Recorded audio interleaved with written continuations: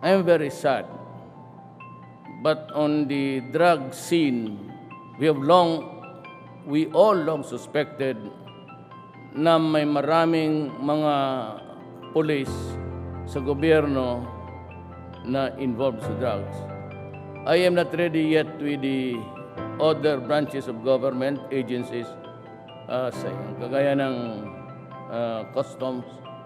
I still have to validate it, but I already have the raw information.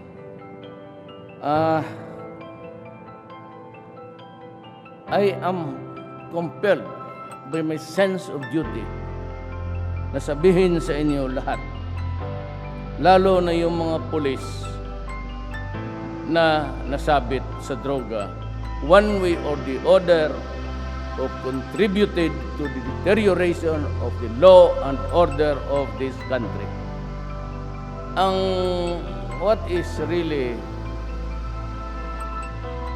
I said, sad is that ito yung mga tao who are given the honor to join the academies of our country, be it the PNP or the PMA, at the expense of the public. And they had this career of theirs.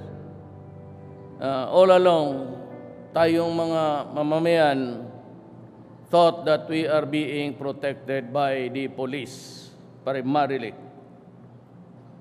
Masakit pakinggan kasi, ginastusan mo na, binayaran mo yung pag-aaral niya, lahat ng uniforme, pati medyas niya, pati sapatos, gastos mo.